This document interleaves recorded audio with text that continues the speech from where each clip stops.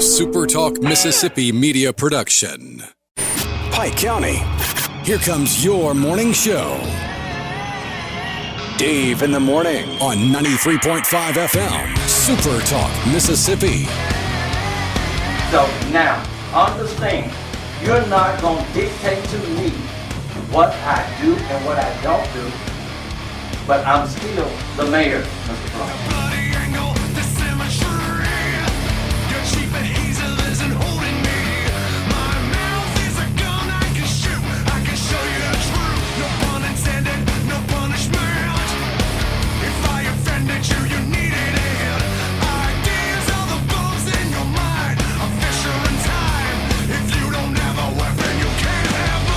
None of this meeting is recorded. None by any parties. Correct?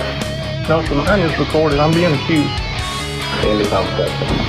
Said I want to make it on record. I want the allegations in writing, or the accused, or on recording of this harassment.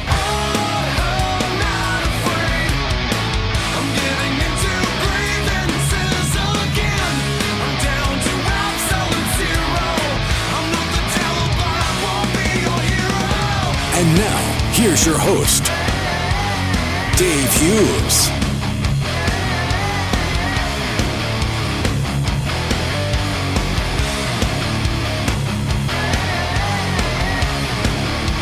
Good Thursday morning to you on a North Pike Thursday, our favorite kind of Thursday.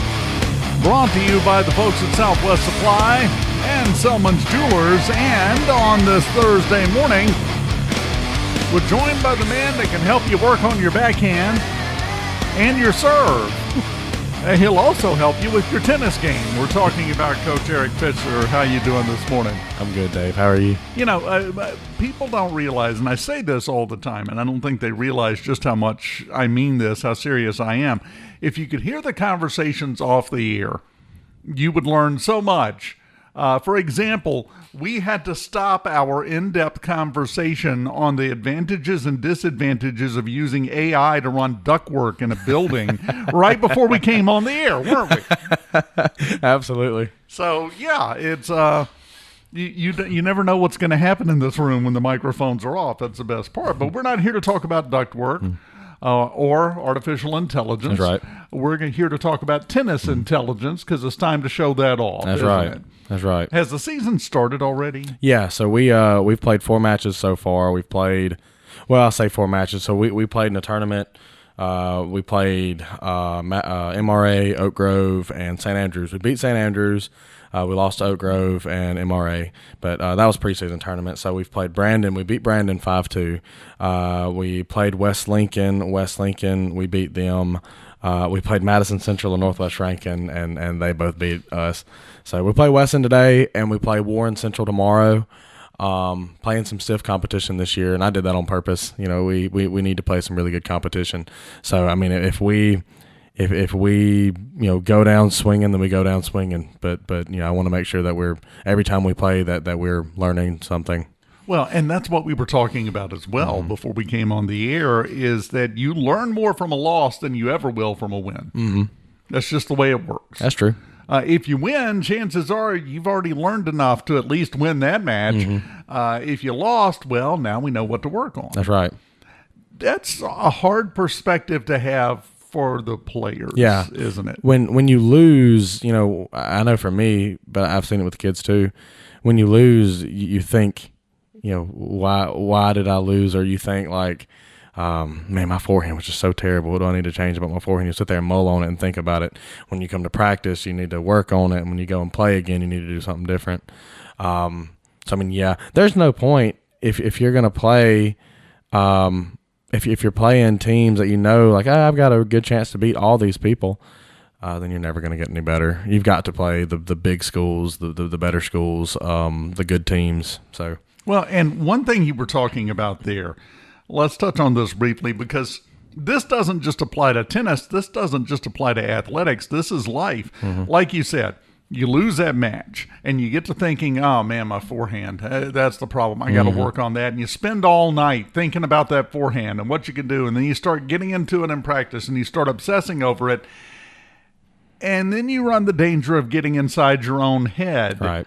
which is not where you want to be. No. Sometimes you have to set that initial goal. Got to get better. I got to improve my forehand. And then let it go and just do it and don't obsess over it. That's right. I think sometimes too, tennis is such a mental sport. It's different from other sports because it's not really a team sport, If you have somebody playing singles, like you have to make the decision the whole time. As a team, you've got to win 4 courts out of 7, but it's my job to win my court, and so the mental side of it is like you're all alone by yourself. You have nobody to help you. Nobody's there to pick you up. Like it's all you. So if your forehand is messing up, and you're sitting there worried about your forehand when you're playing a match, you can't think, how do I hit this? You just have to think, hit this. I've got to think, like, I know this guy's weakness, and I'm going to target that weakness. And if I'm having an issue targeting that weakness, then I've got to change the way I'm playing. But you can't sit there and tell yourself, I've got to drop this racket at a 45-degree angle during You're not going to be able to accomplish anything doing that, because do you think it's a fair statement to say that you decide all these things on courtside before you start playing, and then you kind of put it over into a little box in your mind and you just play? You play. Yeah. And tennis is reaction a lot of times. Like you, in your mind, you should be thinking 3 shots ahead. Like when I serve this ball, they're probably going to hit it here, and I'm going to hit here, and then I'm going to go here. Right. Like you have to think that way, but you also have to be really reactionary. So, you can only do what the other person gives you. So, I mean, I can sit here and say, I'm going to return this ball to his forehand, but if he hits me 100-mile-an-hour serve, well, I've got to react. Hopefully I'm going to return this That's ball. Right. Is what Maybe I'll touch it, Yeah. Hopefully it won't hit me. That's going to sting, that kind of thing. All of this that you're hearing, by the way, is a great example of 2 things. Number 1, tennis is a lot more complicated than you might think it would be. And number 2, you're hearing all of the reasons Dave doesn't play tennis. It's just a lot to keep up with, and you wouldn't think it was. You're just hitting a ball with a racket, but there's a lot of nuance to it. Right. I heard somebody say this the other day, and they're right. And I think I've kind of tweaked the way I coach a little bit after hearing this. So tennis isn't a hitting sport that requires running. It's a running sport that requires hitting. Yeah, I can see that. And and so like if you can't move, then how are you going to make decisions? I mean, you've got to think, what's the best case scenario? What strategy can I have to put this person under pressure to force them to mess up? One thing my high schoolers kind of struggle with a little bit is the consistency part, right? So like we're playing Northwest Rankin the other day, and I had a lot of kids who would, hit a great ball, would hit a good volley, and Northwest Rankin would get it back somehow, some way. But, it wasn't a great ball, but they would just get it back, and we didn't think that they would. And so we freak out and we overhit and we miss. You have to stay patient, and you also have to understand, like, I'm not going to beat people just by hitting winners and winners and winners. Like you've got to beat people by forcing them to mess up. If your backhand's not as good as your forehand, I'm going to focus your backhand a majority of the match. But like you said, I mean, you can't sit there and worry about, is my forehand going to work or not? First one to mess up loses the point. That's the simplest form of tennis. Yeah, it's it makes it sound deceptively simple. All I have to do is not mess up. That's right. That's not as easy as it sounds, though, because there are a lot of different aspects to it and a lot of mechanics that go into this. It's not just hold, racket, swing, hit. Right. There's a lot of stuff that has to happen simultaneously for this to work. Yeah. How do you teach that? How do you coach that? Really frustratingly, no. Honest answer. I like that. Well, it's I can teach a kid to hit a forehand and a serve. Like we can go over the mechanics and we can watch videos, and there is a specific technical way to hit a forehand and a backhand and a serve and a volley and all that kind of stuff, right? But you have to have a reason that you hit the ball and the way that you hit it. Like I may teach you how to hit a forehand, but okay, let's put you in a situation where you're on the baseline and somebody is hitting the ball really deep and we don't want to back up to give them time to recover, right? So now you may have to go less of a swing, get lower and block it back. You may have to, why are you hitting it to the forehand side when you know that their forehand is better than their backhand? Why why, when you're hitting your forehand or backhand, why are you hitting it inside the service line when you should be hitting it deep? Or like if they're both deep, why are you keeping it deep? Why not hit it lower or, shorter so that they have to come up and volley? That kind of stuff. It really is just the kids have to play and the kids have to understand why didn't this work? And until they've done it and they see that it doesn't work, then they're not going to change. We go over drills constantly where we have to stop and be like, no, look, you're trying to kill this ball through these two people at the baseline when you could just hit it short right there and you win the point, but you don't get that until you've played a lot of matches. Would it also be a fair statement to say that this is the slippery slope because what didn't work against this player may be perfect against the next player? Absolutely, yeah. It's definitely different. I mean, heck, you have people who I've got friends who've got really good forehands, and what they'll do is they'll just leave the forehand side of the court wide open, and so they're baiting you. And so simple tennis logic would be, oh, it's open there, hit it there. But I want you to hit it there. That's where my forehand's going to be. You have to think of it that way. Somebody else may be terrible at volleying, but you won't know that until you bring them to the net and try to get them to volley one time. There's a lot of thinking into it, and it's just, you're right. It doesn't work for everybody. Not every strategy is going to work for everybody. Today I may be able to go up and volley and beat you by volleying, but tomorrow I may play somebody who's got really good passing shots, and so I'm going to get up there and volley and get creamed. So you just have to adjust. That, to me, is one of the differences between tennis and some of the other sports, football, baseball, things like that, because they're a little more clear-cut. You know what you're dealing with. This is going to work. There's a lot of variety in skill level and approach and technique from player to player in tennis. So takes a constant adjustment. It is, yeah. And if you have somebody who's really comfortable at the baseline and they want to just rally big, and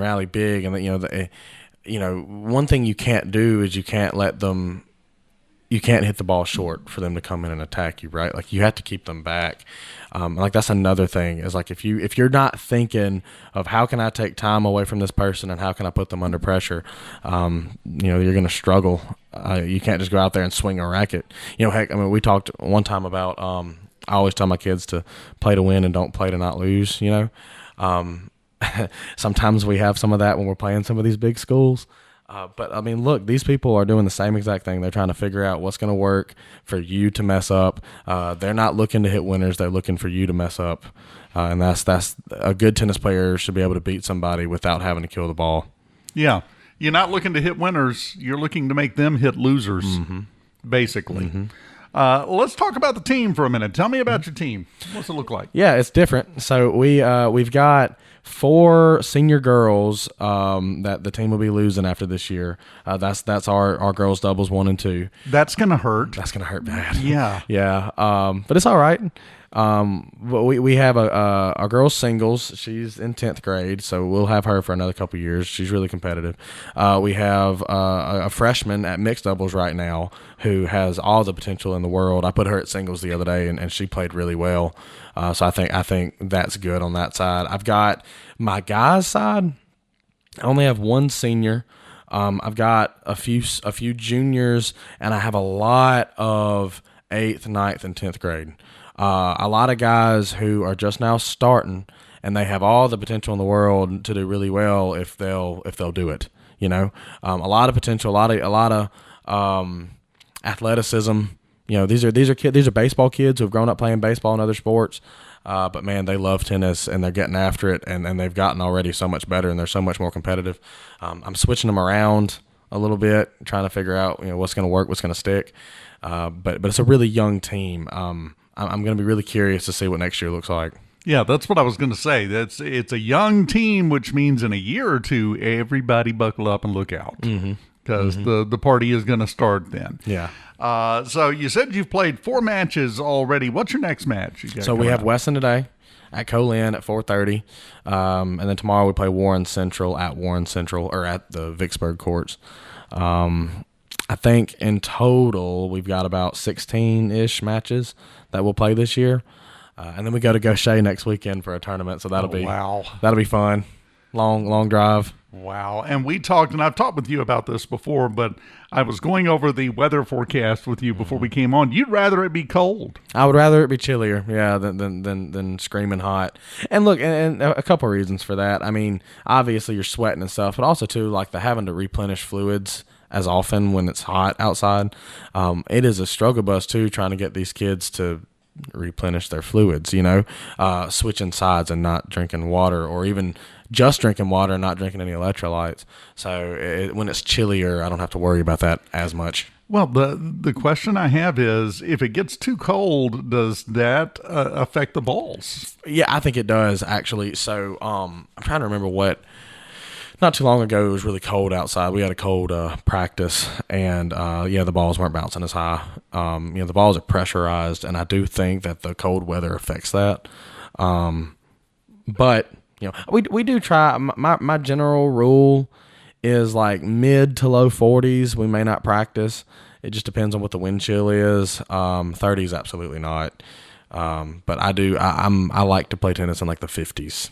50s. Oh, is yeah. See, that's a nice temperature. Yeah, that's a nice temperature. If I can go out there and I can either play in a hoodie or without a hoodie and be fine. How do you feel about 85 degrees at 8 p.m.? We got some of that coming too down the road. I drive a school bus, and so in the mornings I get off a little sweaty. But besides that, I'm just thankful I don't drive in the afternoons. If I drove in the afternoons, it would be miserable. Yes. Miserable. You think you get off sweaty in the mornings. Oh, my goodness. Driving in the afternoon, we'd have to mop you up when you got back. The next match coming up tonight, right? Mm-hmm. Against Wesson. Then Warren Central tomorrow. Are both of those at their facility? Away, yes. Yeah. So Wesson at Colin, Warren Central. They've got, I don't know if it's I guess they're public courts. Vicksburg has 14 courts over there that we actually hosted the state tournament last year at. Warren Central's a big 6A, so I'm sure that's going to be tough. And Wesson's always tough. Wesson's got some people who are going to Colin to play next year, so we'll see. I'm excited. Wesson is one of those schools, I don't care what sport you're talking about. A lot of times people, if they're not familiar, walk into it with this attitude of, oh, it's Wesson, we've got this, and then they clean your clock and you didn't see it coming. Wesson is competitive. Wesson's always competitive. They've had years where some sports maybe weren't as competitive, but like historically, Wesson may never... Because I'm from Wesson. I went to Wesson in high school, and so... Oh, so the homer is talking now. Right, Go ahead. Right. Yeah. So Wesson may not every year go and win state or whatever, but Wesson's always competitive. I mean, they're rarely last place in anything. So, even for us to go today, we've got to be on our A game, or Wesson's going to compete. The rule of thumb for Wesson in any sport, to me, after decades of watching this... they may not win the championship, but you may not win the game against them. Right. They will gladly kneecap you on your way to where you're trying to get to. Mm-hmm. So, and if you are playing them in a championship, you don't get comfortable, because they're going to be tough. Zero assumptions. That's right. What you should have. Right. Do you have fans turn out for the tennis matches? We have parents. They're fans. Yeah. We'll count them. We do have our parents are super faithful coming to the matches. I mean, they're always going to be there. There are, even some of the big schools, you just don't have parents show up, and I don't know. I've been really blessed. I've had really awesome parents who've never given me any issue, who are always volunteering and who are always coming and bringing snacks and food. And they've been great, and they always show up. So when we do have the close matches, if it comes down to one match or something, the parents are all there. We're all watching. We're clapping. So it's not just us snapping our fingers. Yeah, good job.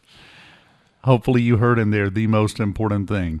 Everyone is welcome that brings snacks. That's right, bring snacks. If you bring snacks, come on in. Have a seat. You can come. Let me help you unload the car. That's it's right. No problem. That's right. North Pike Tennis already off to a decent start, and it's just going to get bigger and better from here, right? Yes, sir. Absolutely. Coach Erick Fischer, always enjoy having you in here, man. Oh, absolutely. I appreciate it. You go have yourself a wonderful time, and stop sweating. We would appreciate it. You are right.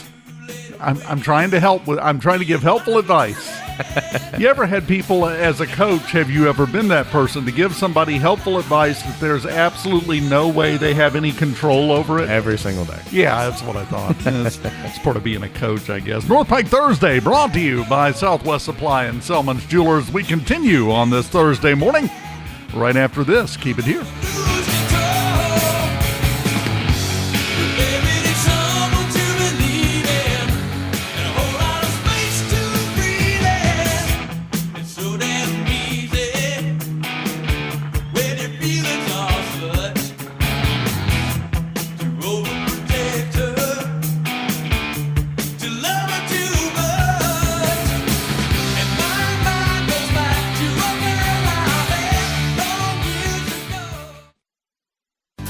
Southwest Supply Company is your local source for supplying your office, restaurant, concession stand, or household, cleaning and janitorial supplies, food service items, and more. We're proud to be able to deliver all of your office supplies, office furniture, and business machines. Call 601-684-5521 or visit us at 1036 Gordon Covington Road in Summit. Southwest Supply Company, delivering weekly to Macomb, Brookhaven, and surrounding areas. Every now and then, we remind all of you loving, awesome, hardworking husbands that you have a premium it's time to renew. No, it's not life insurance, car insurance, or health insurance. It's way more important than those. I'm Kristen. Gentlemen, it's time to renew those long-term wife insurance policies. When you surprise her with a gift from Selman's, you remind her that no matter what lies ahead, you and she will get through it together. Your gift tells her this long-term wife insurance policy is for life. Renew your long-term wife insurance policy right here at Selman's. We're in it for the long term with you. Don't escape in the morning. Even when you miss it the first time, you can catch it on the podcast. Missing out would be a crime. Super Talk 93.5 is always the place to be. Want to get the podcast version? Here, my friend, is the key. SuperTalkPikeCounty.com. It's all around, it's all around. Spotify, Amazon, or Apple, or just right there on the page. Dave in the morning, late at night, or anytime you have the craze. SuperTalkPikeCounty.com. Weekday mornings at 6 after 9 on 93.5 FM, or you can catch up anytime by going to SuperTalkPikeCounty.com. Dave in the morning at SuperTalkPikeCounty.com. Catch up and catch on. The fire that'll burn your eyes. The fire that'll burn your eyes. Whoa, the fire that'll burn your eyes. The fire that'll burn your eyes.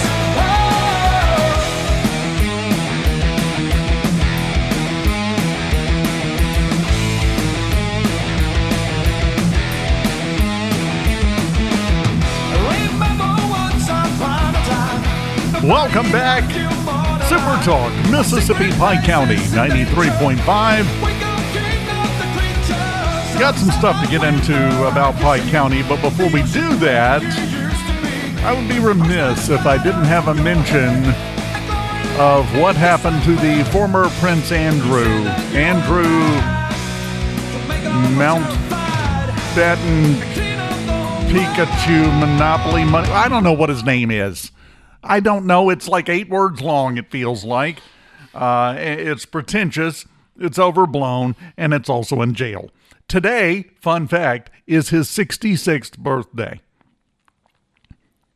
The former Prince Andrew turned 66 today, and they got him a lovely set of bracelets. I would just like to say, it's just not proper to take so much enjoyment from watching someone else going through a hard time, even if it is self-inflicted. That's not a proper way to act. That's not the mature, responsible way to be. None of that's going to stop me, though. I'm having a ball. Let's see how this plays out. because, they stripped all his titles from him, kicked him out of the government. He has nothing. Everybody has turned their back on him in the royal family.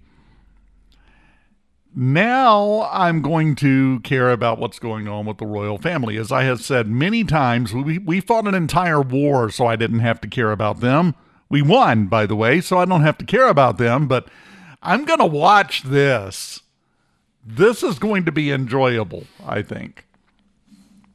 So congratulations and happy birthday to Andrew Monmouth or whatever his name is.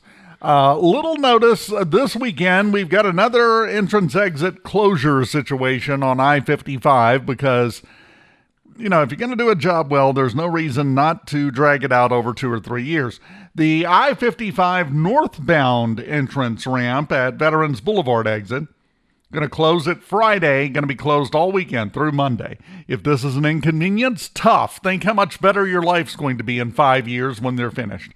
They're constructing the entrance ramp, shifting traffic to the inside lanes. Then we're not done. We've had these announcements before where we had a ramp just a couple of weeks ago, week before last, one of the southbound entrance ramp at the Veterans exit was closed. And that was it. Well, in addition to the northbound entrance ramp, that's where you get on the interstate from Veterans, is going to be closed. In addition to that, starting Sunday, there will be, I'm just going to read it as it's written, there will be brief intermittent closures of approximately 15 minutes each of both northbound and southbound I-55 near Summit to allow for the removal of overhead signs. These short-term closures, they say, with a perfectly straight face, are expected to have minimal impact on traffic. Motorists are advised to plan accordingly. And what do we got to plan for? It's going to have minimal effect on the traffic, right? Right? It's right there in black and white. You said it. So if it's going to have minimal effect, there's nothing to plan for. If there's something to plan for, the effect is not going to be minimal. Quit trying to tell me it's not that hard, but don't you dare touch it. It's not that hot. Don't touch it. You'll burn yourself, but it's not that hot. No. It's one or the other. Either we need to plan accordingly or it's going to have minimal impact on traffic. I would love to know. I got to look it up. While we can still get information about the highways and roads and interstate in Mississippi, I don't know if you saw the bill going through the legislature to make it so that you can't get that information. This is the most ridiculous thing I've ever seen. Oh, we're getting into that tomorrow morning. I'll tell you that right now. But I wonder what the traffic count is. Now, they're starting it at midnight, Saturday night going into Sunday. And then traditionally, that would be your lowest traffic time. So, yeah, as long as they wrap it up pretty quick, there's no word on how long this is going to take. Wouldn't think it would take that long. They're just removing signs, allowing for the removal of overhead signs. That's it. It shouldn't take that many 15-minute stoppages, so maybe by the time traffic picks up Sunday morning, they'll be done. No guarantees, so plan accordingly for the minimal impact on your traffic. Yeah. The storms, we keep getting new reports on the storms that happened Saturday night into Sunday. They keep finding more. The National Weather Service has now, going back and looking at the data and checking out the damage on the ground, sending the survey teams out and examining all of this. The count from that storm system, now this includes eastern Texas, Louisiana, and here in Mississippi. The count now stands at 30 confirmed tornadoes out of that one storm system last weekend. 30. That's a lot of tornadoes out of one front. That's a lot. Luckily, we didn't have a monster, and we didn't have the major problems we could have had, so, we'll take it, but still. Having said that, we have another front coming through to start this weekend, because of course we do. But doesn't look that bad, he said, tempting fate. Sunny skies today, a high of 81. Tonight, 50% chance of showers as the system starts to inch in. 50% chance, low around 64. The winds could gust up to 20 miles an hour. Tomorrow, a 40% chance of showers, but also sunny at times, high of 79. Tomorrow night, 50% chance of rain with a low of 66. Saturday, 60% chance of rain with a high back up near 80. Remember that. Saturday, the high will be 80. And I want you to remember that because Sunday night, the low is going to be 35. That's a 45-degree drop in 36 hours. Don't even have to go that far. Saturday, the high will be 80. The low will be 43. That's a big drop at one time as this front comes through.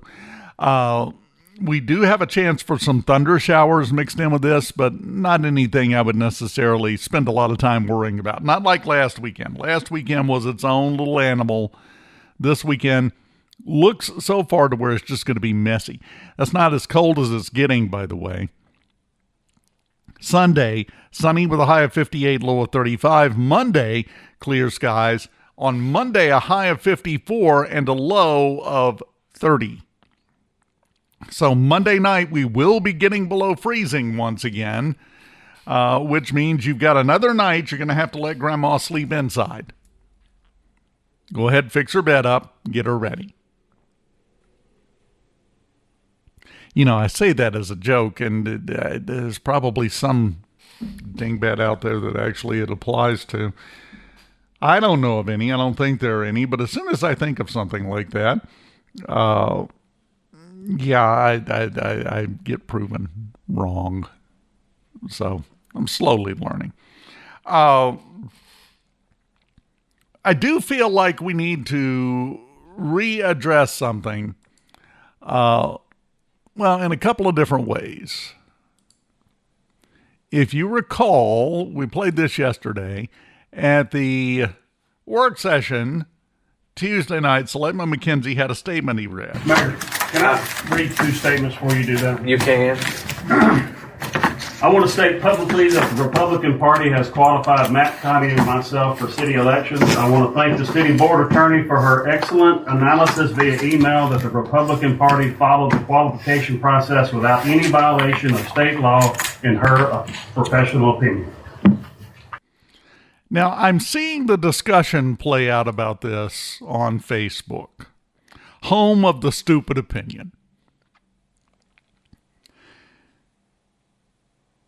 And the amount of passive-aggressive attack defense that's going on over this is embarrassing. You're embarrassing yourself. Knock it off. Yeah, you shouldn't be defensive about this at all. We should investigate everybody. Okay, let's investigate the Democratic candidates. Let's investigate all of them. Both sides use the same process. Why is one side having a complaint filed against it? While the other side, well, they're doing their best. Oh, it's a good day. No. Let's investigate them all or let's drop it. These kind of cheap circus-level party tricks in a desperate attempt to do what? Win a majority of the board for the Democratic Party? You're going to get that. There's only 2 of the 6 selectman seats that have a Republican that qualified at all. But that, to me, is a little bit of a peek inside the mindset. Out of 6 seats plus the mayor, so that's 7 seats around that table. Only 2 of them are going to wind up with a Republican. Only one of them is guaranteed to wind up with a Republican in the chair, and that's because Selectman Tommy McKenzie is unopposed for re-election. We know he's going back in.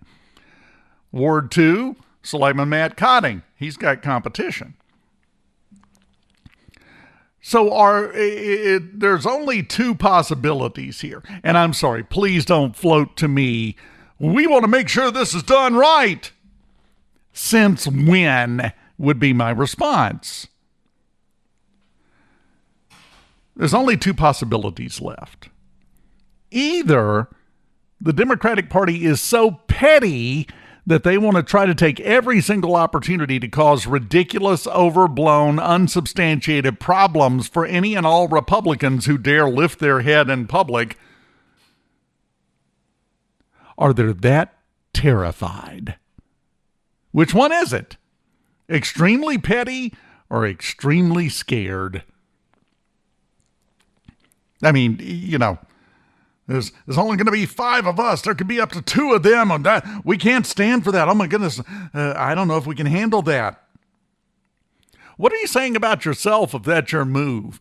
Your move should be to go, you know what? Yeah, come on, bring it on. We don't care. It's going to be 2 of you, 5 of us. Knock yourself out. Or is it just pettiness? Do not buy into the story that this is a move made by the Democratic Party in Pike County to make sure that things are done properly and appropriately.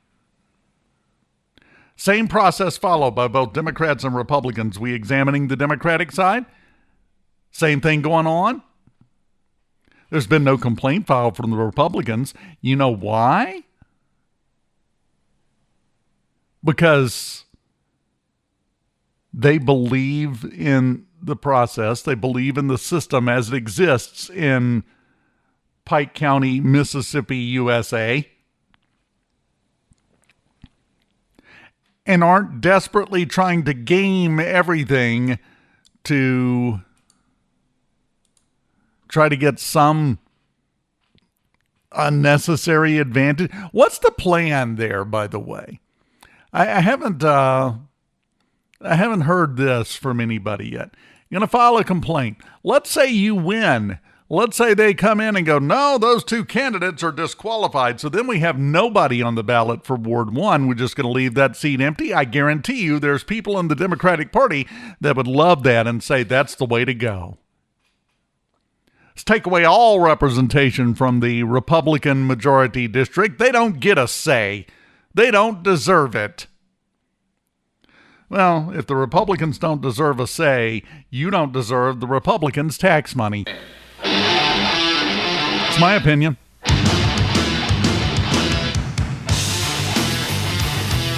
There are some people on the Democratic side of the aisle who have yet to figure out they're not entitled to whatever they want just because they want it. And this is kind of an outgrowth of that. I'm going to show you. You're going to file a complaint. You're going to make yourself look stupid. Congratulations. Great job on that, by the way.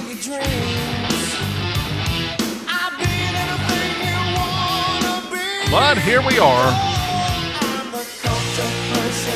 I mean, the Democratic Party has been in charge in Macomb for 8 years. Look how well it's going. Why would we ever criticize? It's operating like a finely tuned machine. Depending on your definition of finely tuned. We continue on this Thursday morning next.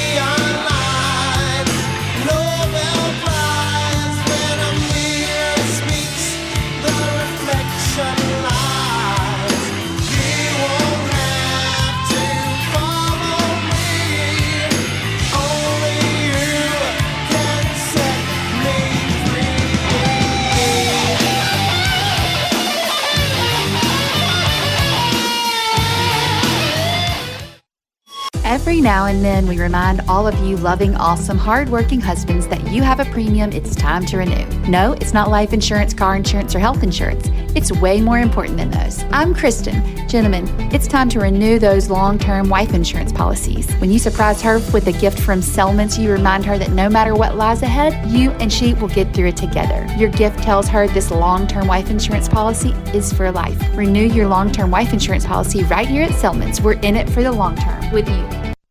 Don't miss Dave in the morning, even it the first time, you can catch it on the podcast. Missing out would be a crime.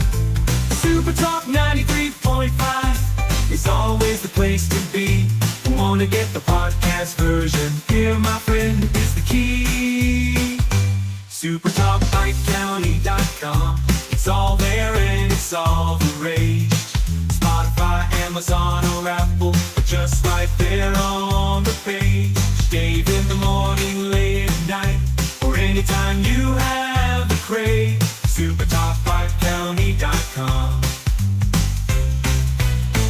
Dave Hughes here. Remember, every weekday morning at 9:06, it's Dave in the Morning, where we solve the problems of the world, or at least complain about them really loudly and sarcastically. And if you miss out, you can catch up with the podcast version of Dave in the Morning at SuperTalkPikeCounty.com.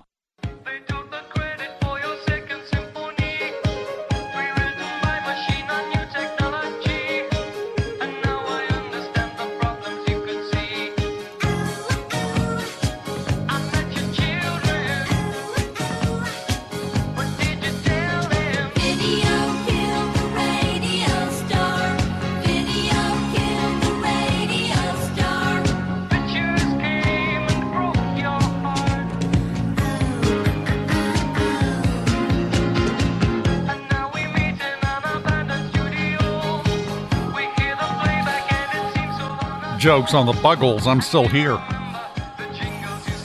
Welcome back. Super Talk, Mississippi, Pike County, 93.5 on a Thursday morning. In case you didn't hear about it, and I had some people telling Richard about this right at the end of the show before we came on, and the news is now officially out. The folks at Super Talk Mississippi News all over this story. Cyber attack against the University Medical Center in Jackson. Took a lot of their computer systems down, including access to their medical records. They've closed all the clinics for the day. If you've got an appointment at a UMMC clinic anywhere in the state today, no, you don't. They've closed all the clinics. The website has been up or down, mostly down, and the FBI and the Department of Homeland Security have been kicked into gear on this. They are investigating, as they should. 35 clinics, by the way, they operate, and several hospitals as well. Their entire system is shut down. No idea where this came from, why it's happening. You would assume there's probably going to be a monetary motive in here at some point. No idea if it's a ransomware attack or if it's just somebody being a jerk, or if it's one guy who just bought a first aid kit at Dollar General wanting to go into competition and figures, well, maybe I can take them out for a while and people will come see me. Rangy Bob's Healthcare. Come on down. I'm in the storage building out back, because that's the only way you're going to get business. We'll keep you updated throughout the day about this cyber attack on University Medical Center. A lot of times when this kind of thing, not every time, not even most of the time, but quite often, when you have a cyber attack like this on a big operation in the state of Mississippi or anywhere, it inspires somebody else to do something similar. I say that to say we may not be done with this kind of nonsense yet. This may just be the opening salvo. But we'll keep you up to date, and we'll let you know what exactly is going on with that once we find out. FBI, Department of Homeland Security are involved in the investigation, and we'll see. That's all we can say. I'm sorry, I keep going back to the thought. I wonder if they cuffed Andrew's hands in front of him or behind him. These are the kind of details I want TMZ to cover. Did they put the shackles on him? Did he have to do the shuffle walk? Are we going to get to see him in a jumpsuit? These are the questions I think we all want answers to. We'll get them. Just going to take a little time. You know, now that I've said that, hold on. Little live as we go research. Yeah, of course, that is the lead story on TMZ about the arrest of Andrew Mountbatten Windsor. They say that's his name. That's not his name. It is, but it shouldn't be. But they did arrest him today. The police department, I love this. The police department issued a press release in England saying a man in his 60s was arrested on suspicion of misconduct in public office. And officers were currently searching 2 addresses in Berkshire and Norfolk. Conviction on this, by the way, on this charge, you may think, well, that's a weird charge because it's tied to the Epstein thing. Everyone knows that. That's where this is coming from. He was arrested on suspicion of misconduct in public office. In the United Kingdom, if you're convicted of that, it has a maximum sentence of life in prison. So it's not quite as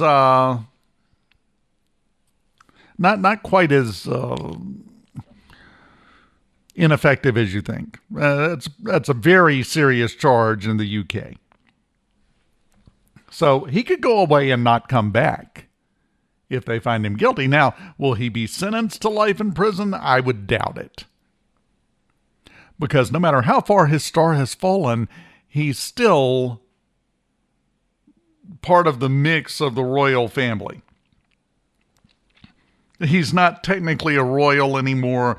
He was always on the fringes to begin with, let's be honest. But, you know, that's still his blood relatives. So I would be surprised if he got life if he is convicted. And one would suspect he will be convicted. Now, having said that, how are we doing on the killing last weekend? This is in no way a criticism of law enforcement, by the way. As usual. You know, I don't play that game. They're doing the best they can with what they got. Having said that, they've done a pretty good job so far over the last, I'd say, 6 months in catching these people. Had the report of the police activity that they gave on Tuesday night at the work session. The chief got up. You know, they do their status reports. And the chief gave the activity report for the Macomb Police Department for January. All right, for the month of January, number of non-violent crimes, felony crimes is 12. The number of violent crime is 3. The number of murders, 0. The number of total felonies is 15 cases. We have 56 shot spotter incidents. 174 tickets was issued. $38,301.11 was collected from tickets. 99 arrests was made. 20 felony cases was bound over for grand jury. Right. Okay, let's pause it right there. 56 shot spotter reports. That's the microphones on the crime cameras around town that pick up the sound of gunfire. 56. That's quite a bit more than one a day on average for the month of January. 99 arrests, you heard. For the people that keep screaming, lock them up! You got to lock them all up! Throw away the kids! How we fix this? You got to lock them up! Well, there's a couple of things there. Number one, they are locking them up. 99 in January alone. Number two, you lock one up, 3 more come into town. It's not that simple to fix this. It's not going to be that simple to fix this. The police department doing everything they can. Let's continue. And what we're doing now is a data comparison from month to month to help us kind of better target trending areas of crime. Of course, in December, of course, we had 34 felonies That was Jones. Usually January, you heard we had 12. A total of 38 we would have to felonies in all. For January, we only had 15. South Sparta incident was 91. January, we had 57. There was a total of 52% decrease in crime. As you can hear, the mayor with zero microphone awareness, just blathering away and doing everything but paying attention. You could tell because he was talking over the chief and the microphone was picking it up. Yes, big reduction in crime from December to January. That's kind of expected, though. Everybody's in town for Christmas in December. A lot more activity going on. January, it's cold. We had 2 weeks there where people didn't want to get out for anything. So, yeah, you would expect that to go down. But having said that, you hear the crime numbers. You hear the arrest numbers. You hear the felony cases bound over to the grand jury. Law enforcement's working hard and doing a good job and getting results. But sooner or later, we have to get away from the fun to say, oh, look how smart I am comment of, well, you just got to lock them up. They're doing that. It's not helping. Now what? What else you got? Is that all you had? Then probably you should have just stayed out of it. We have real problems in the city of Macomb. And if we had space for them, and we arrested and locked up 1,000 people today, 2,000 would be here to replace them in the same operation by the end of the weekend. So what else you got? I don't hear any other suggestions coming from a lot of folks. That's part of the problem. We've got to slip our thinky things into gear and put some skull sweat into this. Final break. Shutting it down next on a Thursday morning on SuperTalk, Mississippi, Pike County, 93.5.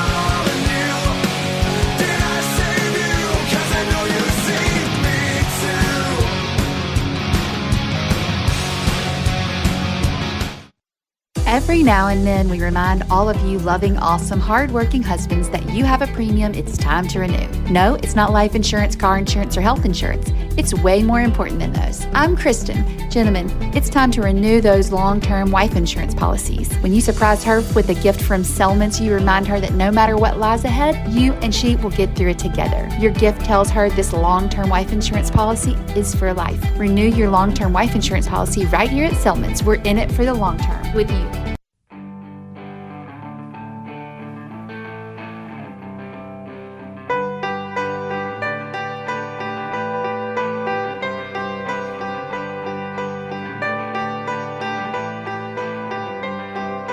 Closing time. We have once again run out of time. Thanks to Erick Fischer for coming in, tennis coach at North Pike for North Pike Thursday. Tonight they're at Wesson. Tomorrow night they're at Warren Central over in Vicksburg. So get out and enjoy yourself some tennis. I had a tennis racket once.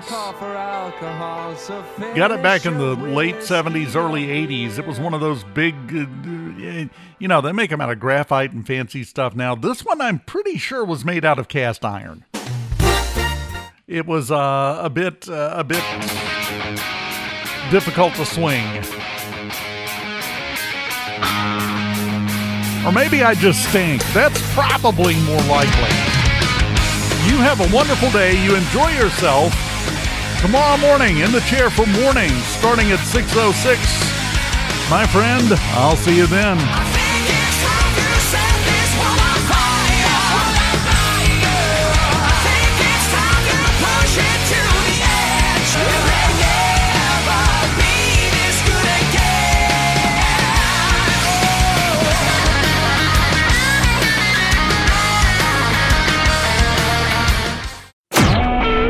SuperTalk Mississippi Media Production.